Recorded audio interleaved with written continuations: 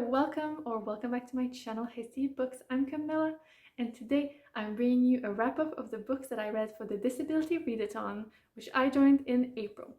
This is a readathon that focuses on disabled creators, and it is hosted by Anna and Erin, and I will put their channels in the description below, so you can go and check them out.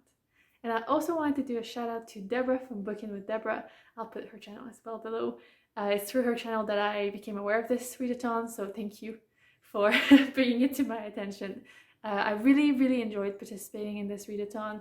I only ended up reading 5 books, but it was kind of throughout the month, and I thought it was really great to have these kind of really diverse voices and perspective and background experiences.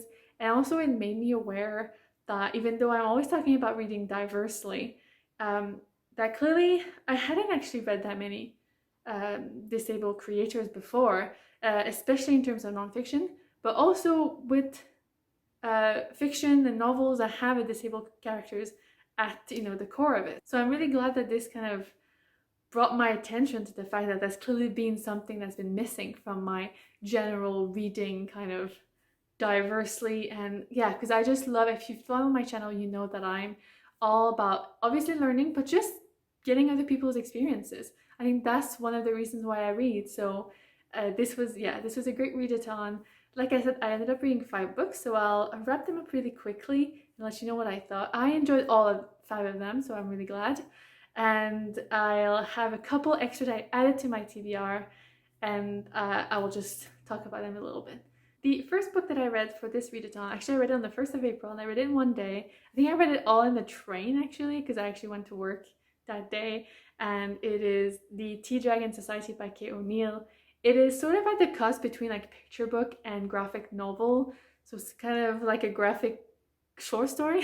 I don't know, I don't read a lot of graphic novel or comics or picture books, so I don't know how to define it, but it was so beautiful. I really enjoyed the illustrations, and I thought it was just such a soft world. Like, it was really nice to kind of come into that world where they have creatures, and the kind of mother was really accepting of the daughter's desires to train into different things. And yeah, I don't know, I thought it was really great world to enter, so I would highly recommend it. It is a quick read.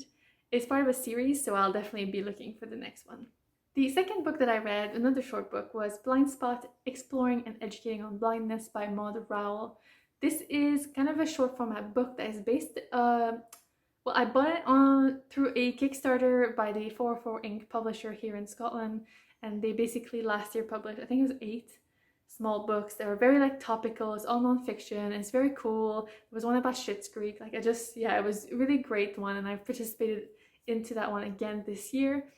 And so one of them was about blindness, and the author is blind, and it was so interesting. Like, I feel I learned so much. It was really interesting to get the perspective of the author, because she talked about being really worried when she became blind, because she'd never really had positive models that are blind, like as growing up and stuff. And it made me really aware that while I was growing up, at school, I remember like we had all these figures, like we had all these photos of figures throughout, like around the class, and like we had disabled like models that we put up, and yeah, people with blindness, like people of color, like it was very diverse. And I feel very lucky. It seems like almost like a basis, but that I had all this like positive, like I don't think that blind people can do less than people with sight. Like, it's just, yeah, it was really interesting to kind of become aware of that, because apparently also blindness is like the most feared condition that people have. Like, I think it's in 2 different countries that they did that survey, but I thought it was really interesting because I don't know, I just never thought about it that way. Anyway, let's move on. But it was really good. I really appreciated it. It's short, so it's like a great introduction to that, and then she gives like her own reading list and stuff like that. Next, I read Show Me a Sign by Clare LeZotte. This is a fiction book in which the main character is deaf. It's actually, I think, based in Martha's Vineyard, in a community that was like loads of them are deaf, but also most of them communicate in sign language, like even the people who aren't deaf. And it was really interesting to get like a look into that kind of community. I don't know if it was historically accurate, but I enjoyed it. It was very middle grade YA, so I don't love those narrators, but it was still, yeah, it was still really, really great. I feel like it has some trigger warning because they do talk at some point, and it's a little bit of a spoiler alert, so feel free to skip to the next book if you don't want to hear it, but it includes a trigger warning. So anyway, at some point the little girl basically gets abducted by a scientific guy, anyway, scientist who wants to find out why people go deaf or are born deaf. And basically it's kind of with the threat to experiment on her, and I mean, I almost like stopped the book right there. But it wasn't, well, I don't remember if there was any talk of experiment actually being done to her, but it was kind of okay when I finished through the book. Like, it didn't go into like horrific stuff, so at least. But I think this is also part of a series, so I may read the second one, but I wasn't like blown away, so I don't know, but interesting anyway. Next, I read Disfigured on Fairy Tales, Disability and Making Space by Amanda Leduc. This was a really interesting book, and I feel like I actually learned a lot, and also I really appreciated the perspective of the author in terms of her growing up and her own experience in disability, but also of the way that she absorbed fairy tales growing up, and then the way that her perspective changed through the years. And it very much is about like being seen, or like seeing yourself really in stories and movies, you know, just in life. And I thought it was good. And then I read some reviews afterwards, and I thought the reviews were a bit harsh, but some comments were valid.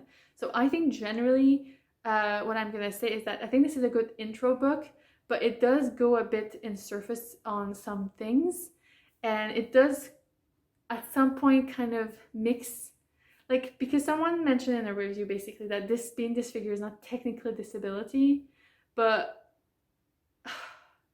anyway, I don't really know how or what to think about that, because I became aware of this book because last year, only last year, I was listening to a podcast called the Bechdel Cast, and they mentioned how like villains always get disfigured or are disfigured, and then after that I literally could not stop seeing it everywhere, and I can't believe I hadn't realized before. And so obviously it kind of pairs being a bad person with being a disfigured person, but I guess it depends on like how you're disfigured, like how, if this impacts like your health, like I don't know. Anyway, but I thought that some comments were valid in terms of conflating a lot of things, but generally I thought this is a great intro book to get a perspective of someone with a disability, and also just to become aware of the biases that we see in storytelling, and that includes disfigurement, and that includes movies, especially like James Bond and stuff like that, like very much permeating, like it's everywhere in our society, basically in our culture. So I think this is an important book to kind of bring that to attention if you haven't noticed already. And finally, I listened to the audiobook read by the author herself, We Are Never Meeting in Real Life by Samantha Irby. This was a wild ride, actually. So this says it's essays. I didn't particularly find they were essays. Like, I thought they were like, it was almost more like a memoir, because I feel like essays have like a thesis usually, you know, like they have like a goal, and I feel like this was very much like the author just talking about experiences in her life, which I really appreciated. Like, I was literally laughing out loud at some of the stuff, and there was one, I've already forgotten what about. I think it's actually about all your friends suddenly having babies. And I was really seeing myself in that chapter. So it is really, really good. Her writing is so engaging and relatable, and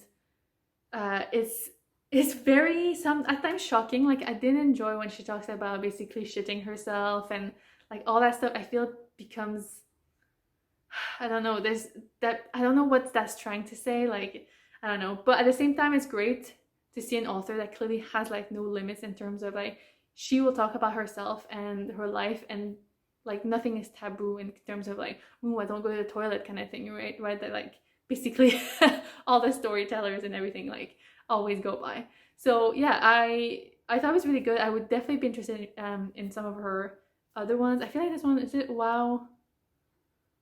I've forgotten. But anyway, there's a couple other audiobooks that I have access to that I think I'll be also listening to, because yeah, she was a great voice in addition to my month. Alright, these were the 5 books that I read in April for the Disability Readathon. And yeah, as I've said before, and as you can see from my reviews, like I've enjoyed each one of them, and I think they were great perspective, like nonfiction and fiction, into like just life and background of people and characters who have disabilities. There's a couple extra books that I didn't get to, or that I added on my TBR, and I knew I was going to get to, but they've been added, and I just want to mention them quickly. The first one is Girl in the Window by Penny Joelson. So I actually started that one, but at some point throughout the month, I realized like there's no way I'm going to finish this, so I stopped reading it. But this is about a girl with ME who is at home in her bedroom, and she sees like a girl in the window across the way in the house across, and then they realize that no girl lives in that house. So it's like this bizarre mystery, but it's also the reality of someone living with ME. So as of now, I'm really enjoying it, and it has that vibe like from a lot of the adult books, you know, like The Girl on the Train and all of that, right? So yeah, a good one, and I'll definitely be going back to it. Another one that I've added on my TBR is All's Well by Mona Awad. I think this is another one with chronic pain, and I actually just found an audiobook of it, so I may actually try to listen to it this summer, because at first I only had the book and I was like, I don't think I can get to this book, but yeah, I definitely want to get to that as well. Then there's The Pretty One on Life, Pop Culture, Disability, and Other Reasons to Fall in Love with Me by Keah Brown. I became aware of Keah Brown. I feel like someone else mentioned her as like a really great disability activist, and I found the audiobook and I really want to get to it. And also it reminds me also of the next one, which is Sitting Pretty, The View from My Ordinary, Resilient, Disabled Body by Rebekah Taussig. So yeah, so those are 2 audiobooks that I want to get to soon, and they were actually, maybe they were already on my TBR. Like, yeah, so I think that would be great. There's also another nonfiction, which is Growing Up Disabled in Australia by Carly Findlay. And I think that that's great, because I feel like a lot of the disability voice that we get, especially English speaking world, are like very England and US focused.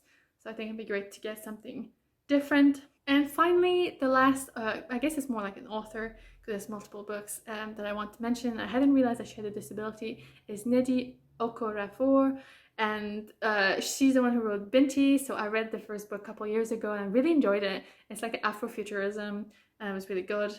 I want to continue the trilogy. I'm struggling to get the other books, but I think my local like independent shop has them, so I'll try to get them there.